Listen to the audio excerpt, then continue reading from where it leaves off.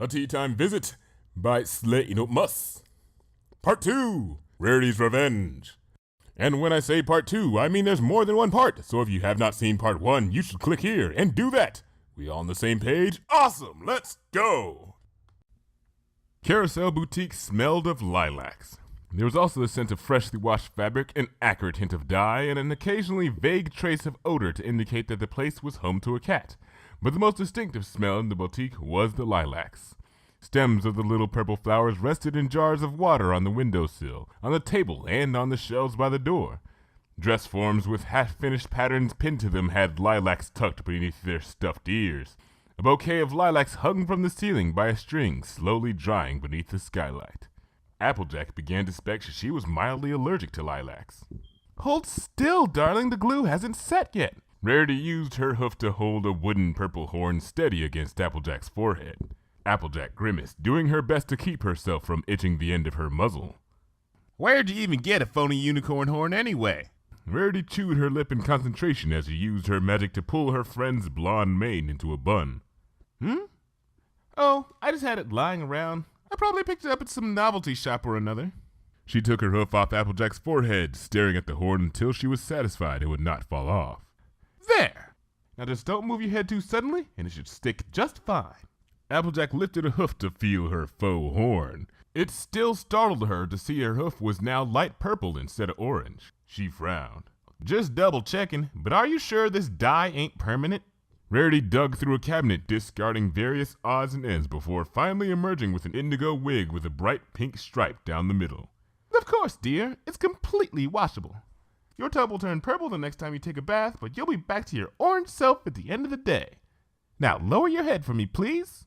Applejack put her head down and folded her ears back as her friend placed the wig over the top of her yellow mane. Rarity fussed with it until it seemed to settle properly over the bun. A false tail in the same style was fixed over Applejack's tail. "Is this really gonna work anyway? Won't she know it ain't her?" Applejack fidgeted as Rarity took to modifying the wig with a brush and a pair of scissors. The scissors snapped at the false hair, sending bits of it drifting to the floor. Rarity grinned as she worked. "I may not have command over incredible feats of magic, but I'm a darn good makeup artist. When she sees you, she'll believe it." The no longer orange mare frowned. "Not that I mind helping. It's just this seems like going a bit far just to get back at some pony for a prank." "Farther than traveling back in time?"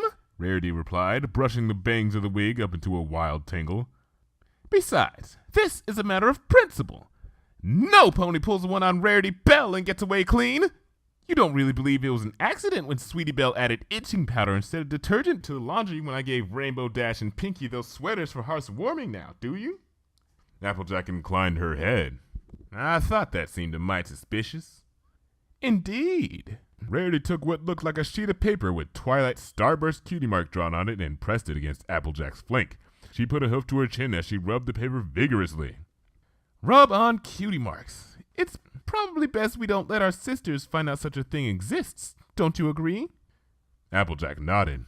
"Sweet Celestia, I shudder to even think about it." After 2 sheets of paper and a few minutes of rubbing, Applejack's apples were completely invisible, hidden beneath the bright pink stars.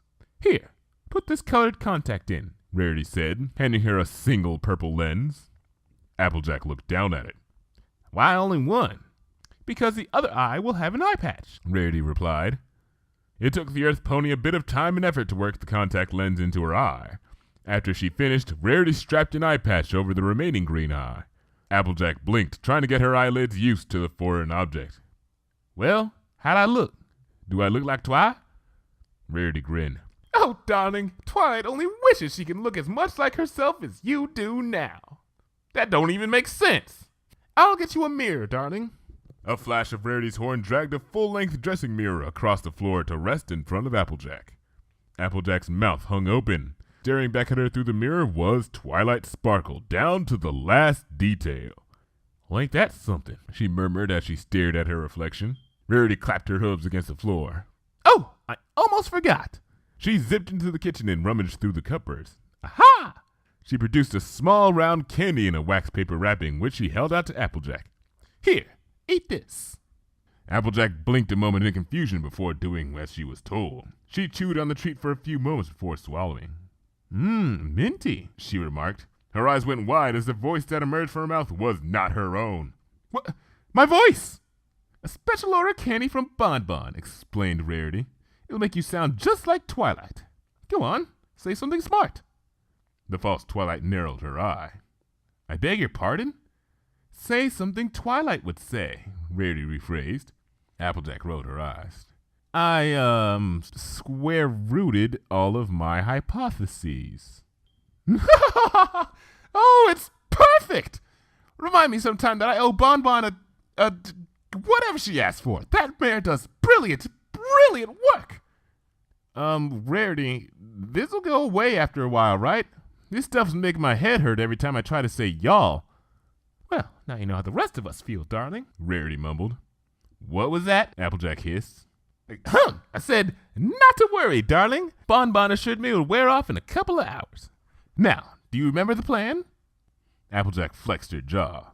I wait upstairs until I hear your signal. Then I come down the stairs, back up your story, then go back up the stairs. Simple enough? Good. And I'll be covering your entrance and exit with some smoking lights. Rarity glanced out the window. Her eyes went wide. Oh, she's coming. Quick, get to your spot. She nearly shoved Applejack into the closet in her room before dashing back downstairs to sweep up the hair clippings.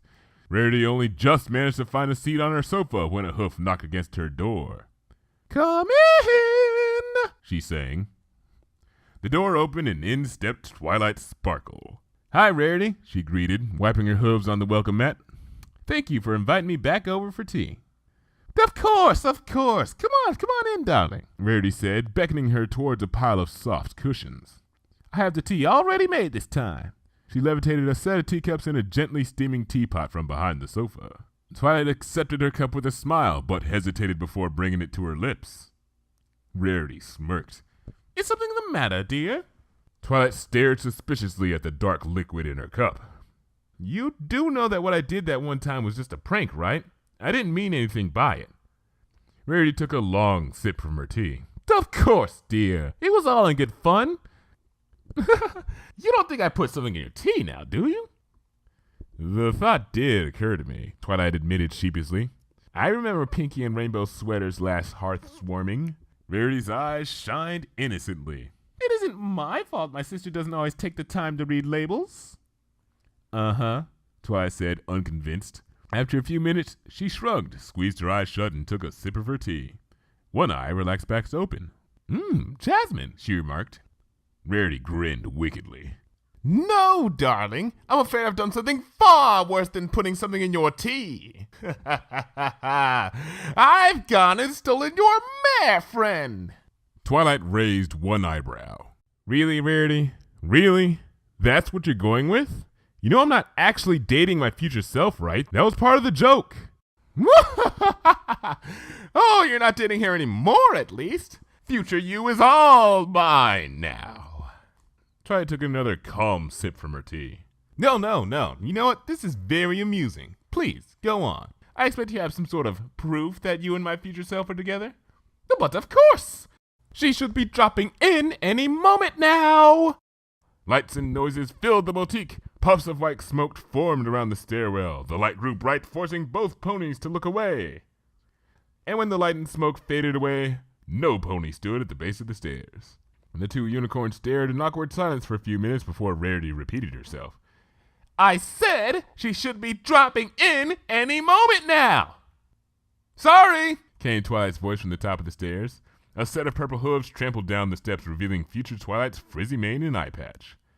I miscalculated the locator matrix, she said, coughing on the remaining wisps of smoke. Past Twilight's eyebrows raised in surprise. Rarity's smirk returned. There you are, dear. Your past self does not believe that you and I are a thing now. Would you care to enlighten her for me? With pleasure. The wild-maned mare marched purposely to the sofa, swept Rarity off her seat, and planted a long, deep kiss on her lips. There was a significant amount of tongue involved, and it lasted long enough that Rarity was gasping for breath at the end of it. Past Twilight's eyes were as big as saucers. Rarity managed to open hers even wider still. Future Twilight turned to give her past self a big wink before leaving Rarity to stand on her own legs, which promptly dumped the white mare in a heap on the floor. Future Twilight leaned down to whisper in Rarity's ear. I'll see you later, darling, and then trotted back up the stairs. Rarity pushed herself off the floor, brushing dust off her fetlocks. She cleared her throat, trying to regain her composure. You see? Me. Her.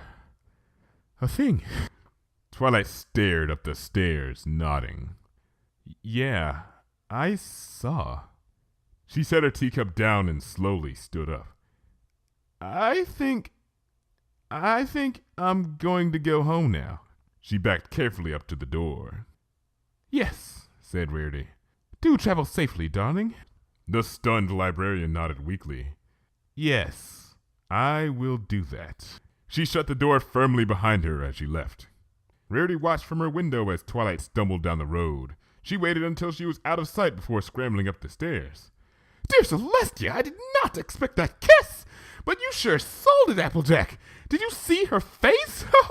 Woo! Rarity opened the door to her bedroom. If you ever get tired of farming, dear, I know some talent agencies that would just die to get their hooves on some pony with that kind of commitment to a role. Applejack? Where are you, dear? A voice came from her closet. I'm in here. Rarity opened the closet door, grinning. You can come out now. She's gone. Applejack tumbled out the closet. Her faux horn came loose and rolled around on the floor. What are you talking about, Rarity? What kiss? I've been stuck in the closet this whole time. Rarity pushed Applejack's shoulder with a hoof. Oh, don't kid. You did an incredible job down there. Why, I even half believed you were really Twilight. Rarity, I'm being as honest as the day is long, said Applejack, a concerned frown tugging at her lips. I heard your signal had tried to come out, but the knob wouldn't budge. I thought about yelling for help, but then Twilight would have seen through everything, so I decided I'd just wait for you to realize something was wrong and come up here yourself. Rarity looked Applejack in the eyes. The green eye and the purple one contrasted sharply, but they did not waver with the slightest hint of deception. Rarity blinked in puzzlement. But if you were up here, then who was... Her eyes fell on a neatly written note left on the corner of her bed. Rarity picked up the note in a blue aura of magic, frowning as she read it. Her eyes went wide and she took a sharp breath. Oh, Celestia! Oh! With a swoon, Rarity collapsed on the bed. Applejack picked up the false horn and tried to press it back into its place on her forehead.